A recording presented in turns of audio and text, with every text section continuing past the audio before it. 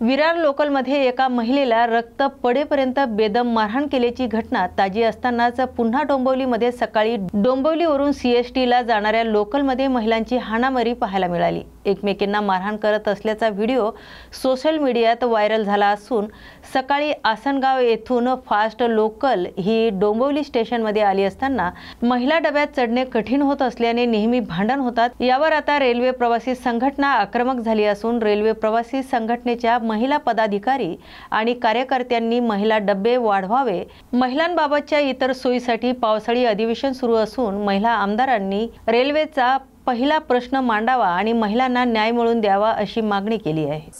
डोंबिवलीला 8:20ला साधारण आसनगाववरून आलेली ही जलद ट्रेन होती जी सीएसटी दिशेने जाणार होती। त्या गाडीतील ही घटना आहे आणि काही दिवसापूर्वी विरारमध्ये जी घडलेली घटना होती ती पण जलद लेडीज स्पेशलमधली होती। याचा अर्थ असाच होतोय की महिलांना कुठेतरी महिलांचे डबे कमी पडतायत आणि त्यामुळे त्यांना जो मानसिक त्रास होतोय त्याच्यामुळे त्याचा हा अतिरेक या भांडणामध्ये होतोय आणि याची दखल मागील कित्येक वर्ष आम्ही शासनाकडे घ्यावी, रेल्वे प्रशासनाने घ्यावी म्हणून आम्ही पाठपुरावा करतोय, पण याबद्दल कोणालाही गांभीर्य वाटत नाहीये। आज पुरोगामी महाराष्ट्र आपण म्हणतो आणि तिथे आपण महिलांच्या सक्षमीकरणासाठी खूप काही महिलांकरिता केलेलं आहे, त्यांच्या प्रगतीसाठी त्यांना बरीच दारं उघडी केली आहेत, पण त्यांच्या प्रवासासाठी की त्यांचा सुखद नाही पण सुरक्षित प्रवास होईल रेल्वेचा याच्यासाठी कुठेही काहीही सोयीसुविधा दिलेल्या नाही आहेत। आजपासून आपल्या विधानमंडळाचं अधिवेशन सुरू आहे। त्या अधिवेशनामध्ये ज्या महिला आमदार आहेत, आमच्या उपसभापती आहेत, त्यांनी तरी यांची दखल घ्यावी तात्काळ आणि याच्यावरती प्रश्न उपस्थित करून या महिलांना न्याय मिळवून देण्यासाठी मदत करावी। अन्यथा अशा याच्यावरती व्हिडिओवरती बाईट देणं, अशा भांडणावरती बाईट देणं हे भूषणावं नाही आहे आमच्यासाठी। विरारच्या घटनेमध्ये महिलांनी काही संताप व्यक्त केला होता, काय नेमकं केलं होतं तुमच्यासोबत? काही महिलांनी असं सांगितलं की आमच्या अशा घटना ज्या बातम्यांमध्ये दाखवल्या जात आहेत किंवा व्हायरल केले जात आहेत त्याच्यामुळे आमची चूक नसताना पण म्हणजे समाज माध्यमातून ह्याला जी प्रसिद्धी मिळते आणि त्याच्यामुळे आमचे मित्र मैत्रिणी नातेवाईक जे बघतात आणि त्याच्यावरती आम्हाला प्रश्न उपस्थित करतात त्याची आम्हाला लाज वाटते आणि मला खरंच असं म्हणायचं की अशा घटना ज्या होत आहेत त्या पुन्हा घडू नये याच्यासाठी आपल्या सगळ्यांकडून प्रयत्न करणे खूप आवश्यक आहे। शक्तीपीठ महामार्ग रद्द करण्याच्या मागणीसाठी सोलापूरत शेतकरी आक्रमक झाले असून मोहाळ पंढरपूर श्री संत ज्ञानेश्वर महाराज पालखी महामार्ग शेतकऱ्यांनी रोखला आहे। वारीच्या काळात अत्यंत महत्त्वपूर्ण असलेला श्री संत ज्ञानेश्वर महाराज पालखी महामार्ग शेतकऱ्यांनी रोखल्याने वाहनाची मोठी गर्दी झाली आहे। बोला काय मागणी? हे सरकार लोकांच्या भावनांशी खेळ करत देवदेवतांची नावं देऊन उद्योजकांसाठी हा रस्ता तयार करत आहे।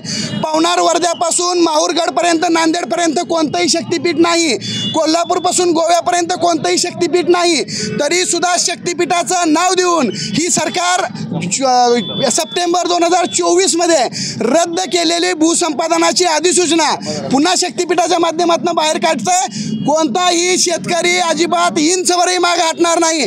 तुम्ही पैशाची प्रलोभनं द्या, तुम्ही आमच्यावर दडपशाही करा, आम्ही हे शेतकरी काळ्या आईची सेवा करणारे शेतकरी आहे।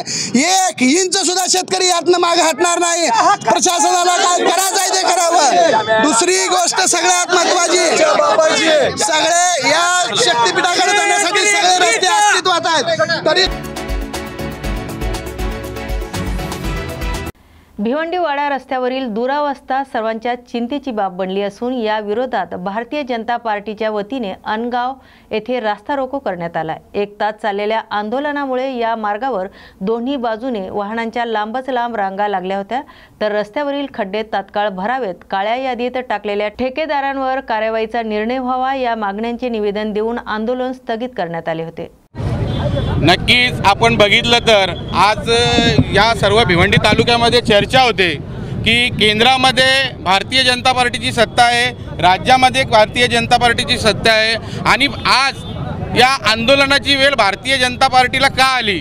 पण मी त्यांना या ठिकाणी सांगू इच्छितो की भारतीय जनता पार्टीचं सरकार असताना त्यांना या रोडसाठी जवळजवळ 881 करोडचा निधी दिलेला आहे आणि तो निधी देऊन मंजुरी करून त्याचं शासन निविदा झालेला आहे, टेंडर झालेलं आहे, पण टेंडर होऊन त्याचं उद्घाटनही झालेलं आहे.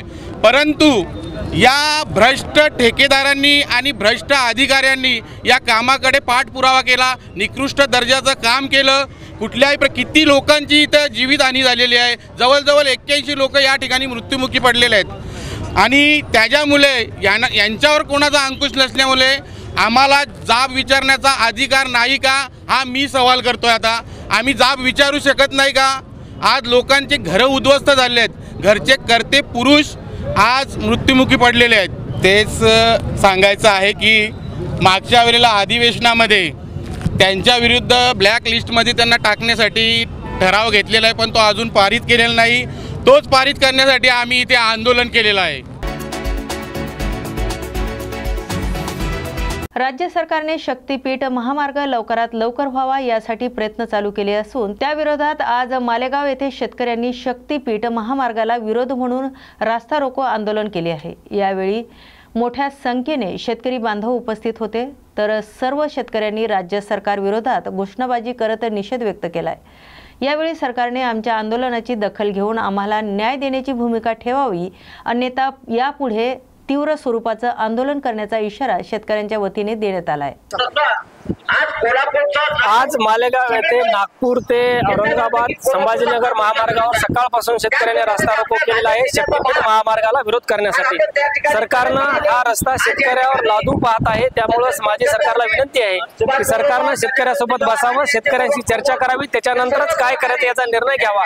शेतकऱ्याला विश्वासात न घेता बाजारभावाप्रमाणे तुम्ही जर मूल्य न देता जर कवडीमोल दराने शेतकऱ्याच्या जमिनी रस्त्यासाठी सरकार घेणार असेल तर शेतकरी त्यांना जमिनी देणार नाही.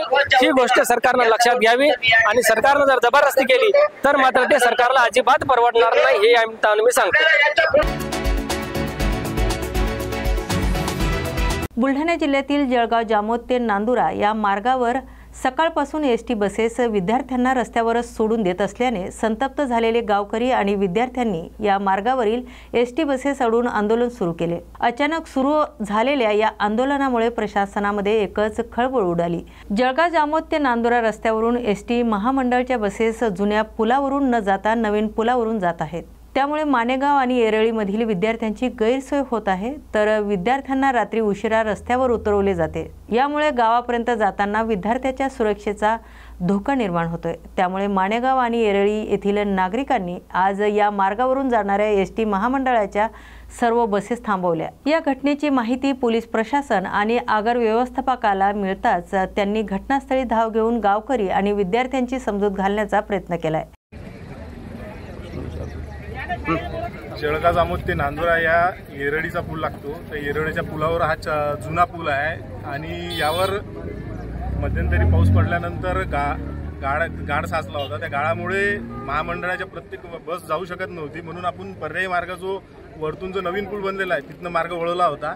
आता गावकऱ्यांचं जर निवेदन आपल्याला जर खालचा जर गाळ PWDने जर काढून दिला आपल्याला आणि सुव्यवस्थित करून दिला तर आपण तिथं त्या मार्गे गाडी आपल्या जे बस चालू करून विद्यार्थ्यांची गैरसोय टाळू. महाराष्ट्र राज्याचे माजी मुख्यमंत्री तसेच हरित क्रांतीचे जनक वसंतरावजी नाईक यांची 112वी जयंती मोठ्या उत्साहाने साजरी करण्यात आली असून देशाचे कणखर मुख्यमंत्री यांच्या हस्ते नांदेड शहरामध्ये वसंतराव नाईक यांचा पूर्णकृती पुतळा उभारल्यानंतर ही जयंती पहिल्यांदाच मोठ्या उत्साहाने पार पडत आहे. जयंतीचे औचित्य साधून विविध उपक्रम देखील घेतले जात आहे.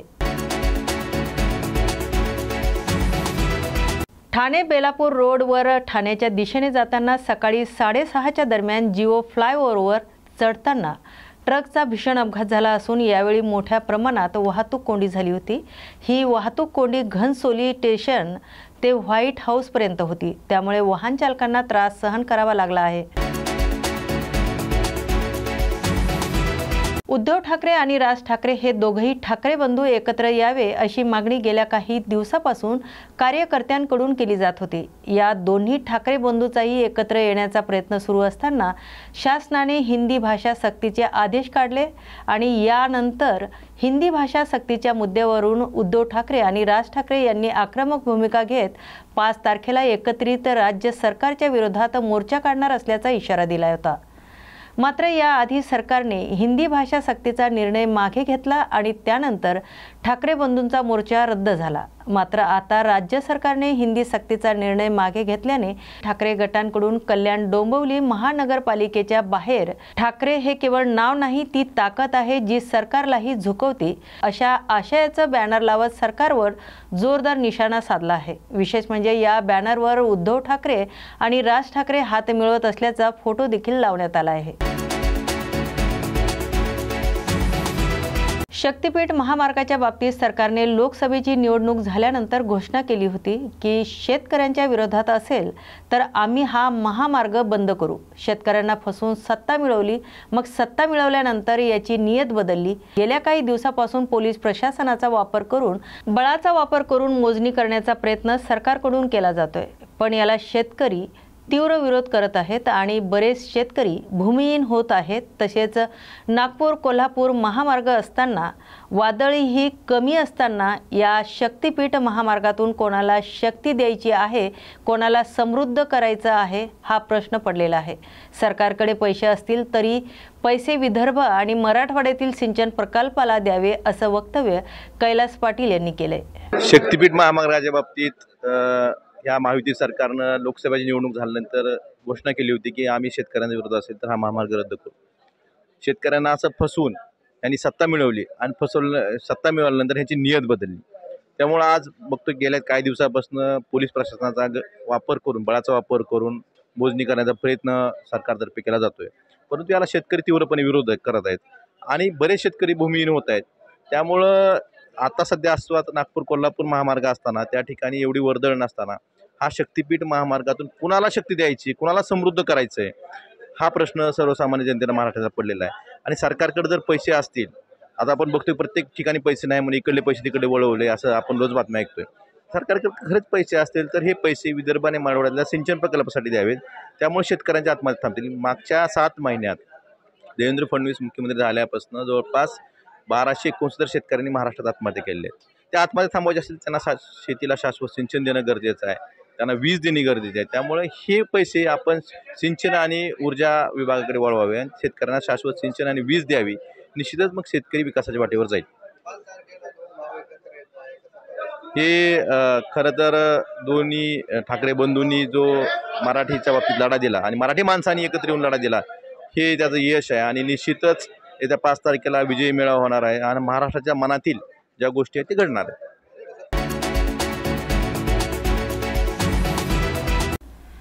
हरित क्रांतीचे प्रणेते माजी मुख्यमंत्री वसंतराव नाईक यांना जिल्हाधिकारी यांच्याकडून अभिवादन करण्यात आले। यावेळी ते म्हणाले की वसंतराव नाईक यांचा जन्मदिवस आपण कृषी दिन म्हणून साजरा करतोय, कारण हरित क्रांतीचे प्रणेते वसंतराव नाईक होते। त्यांच्या महाराष्ट्राच्या जडणघडणीत मोठा वाटा असल्याचं जिल्हा अधिकारी राहुल कर्डिले म्हणाले की वसंतराव नाईक साहेबांची जयंती आहे आणि हा 1 जुलै हा जो दिवस आहे आपण कृषी दिन पण साजरा करतो, कारण हरित क्रांतीचे प्रणेते माननीय वसंतराव नाईक साहेब होते आणि 11 वर्ष सलग इतक्या दिवस मुख्यमंत्रीपद त्यांनी भूषवलेलं आहे। आणि ज्या महाराष्ट्राच्या सुरुवातीच्या जडणघडणीच्या ज्या काही गोष्टी होत्या त्यामध्ये ऍग्रिकल्चरल असेल, औद्योगिक कृषी विकास क्रांती असेल, औद्योगिकरण असेल आणि सर्व क्षेत्रामध्ये जो महाराष्ट्राचं जडणघडण सुरुवातीच्या काळामध्ये झाली त्यामध्ये यशवंतराव चव्हाण साहेबांनंतर यांचा वसंतराव नाईक साहेबांचा मोठा रोल होता आणि फार एक कडक शिस्तीचे कणखर प्रशासक होते ते। आणि जे काही कृषीची आपण महाराष्ट्राची जी भरभराट बघतो किंवा इतर राज्यांच्या तुलनेत अग्रेसर जो बघतो महाराष्ट्र, त्यामध्ये नाईक साहेबांचं जे काही योगदान आहे ते प्रचंड मोलाचं होतं आणि त्यानिमित्त आपण त्यांच्या स्मृतीला आज वंदन केलं, त्यांच्या विचारांचा आपण स्मृतीचा एक जागरण केलेलं आहे आणि या सगळ्यांचं मी तिथंही अभिनंदन करतो। त्यांच्या प्रयत्नातून हा स्मारक या ठिकाणी झालेलं आहे आणि त्यांनी ब्लड डोनेशनचाही कॅम्प या ठिकाणी आयोजित केलेला आहे. मला वाटतं की आपण या जयंतीच्या कार्यक्रमानिमित्त जे प्रतिमेचं पूजन वगैरे करतच असतो, परंतु त्यांचा विचार आपण कसा पुढे नेता येईल आपल्याला हे पण या निमित्ताने महत्वाचं आहे. आणि आपण समाजोपयोगी कार्यातून या गोष्टी जर करत असाल तर त्याला निश्चितपणे माझ्या बरोबरून अभिनंदन आहे, सपोर्ट आहे. धन्यवाद. आषाढी यात्रेच्या निमित्ताने पंढरपुरात लोकरी घोंगडी विक्रीची दुकाने सजली आहेत. तर वारीत लोकरी घोंगडींना मागणी असून लोकरीपासून तयार करण्यात आलेल्या घोंगड्यांना चांगलीच मागणी असते. दिवाळीला विठुरायाला घोंगड्यांचा पोशाख केला जातो, त्यामुळे भाविक घोंगडी खरेदी करतात. पांढरे काळ्या पट्ट्याचे अशा प्रकारची घोंगडी बाजारात विक्रीसाठी आली आहे. तर 500 रुपयापासून ते 2000 रुपयापर्यंत घोंगडी विकली जाते. हातावर विणलेली घोंगडीची किंमत अधिक आहे. नाव सांगून सुरुवात करा. माझं नाव अमोल कृष्णा उराडे. घोंगडी गेली दुकान आहे घोंगड्याचं, आणि घोंगडी ही प्रसिद्ध घोंगडी आहे. कारण का वारकरी लोकांना पूजाला अर्च्याला ज्याला घोंगडीचाच मान आहे. आणि कीर्तनाला जे महाराज मंडळी कीर्तन करतात, ती कीर्तनासाठी पायाखाली जी घोंगडी असते ती त्याला मान आहे घोंगडीला. आणि अंतरा पांघरा दोन्ही उपयोगी येते. आणि आषाढी वारी थोडी आता जवळ आली आहे. 6 तारखेला एखादच आहे. थोडं जरा लोकसंख्या कमी आहे, लोक पेरण्यामुळे जरा गुंतलेत. सुरुवातीला पाऊस झाला जूनच्या आठवड्यात पहिल्या, तर त्यामुळे लोक थोडी जरा कमी आहेत. पण आता पेरण्या करून लोक येतील. पण घोंगड्याचा मान हा प्रत्येक वारकरी हा घोंगडी घेतल्याशिवाय राहत नाही. त्याच्या घरी प्रत्येक घरी एक ना एक वारकरी घरी घोंगडा आहेच. आणि विशेष म्हणजे आमच्या पंढरीच्या पांडुरंगाला की दसऱ्याला आणि दीपावलीला घोंगडे ही पांघरून त्याचा पोशाख करतात. धनगरी पेटा, धनगरी काठी, आणि विठुरायाला ती पोशाख इतका सुंदर दिसतो कल्पनेच्या बाहेर. आणि घोंगड्या प्रकार आमच्याकडं 5-6 प्रकार आहेत. ते काळे घोंगडी आहे, पट्ट्याची घोंगडी आहे, काळी घोंगडी आहे, कसरी, त्यात लहान हलकं भारी सगळे येते त्याच्यात. ते आमच्या 10-12 लाखापर्यंत उलाढाल होते.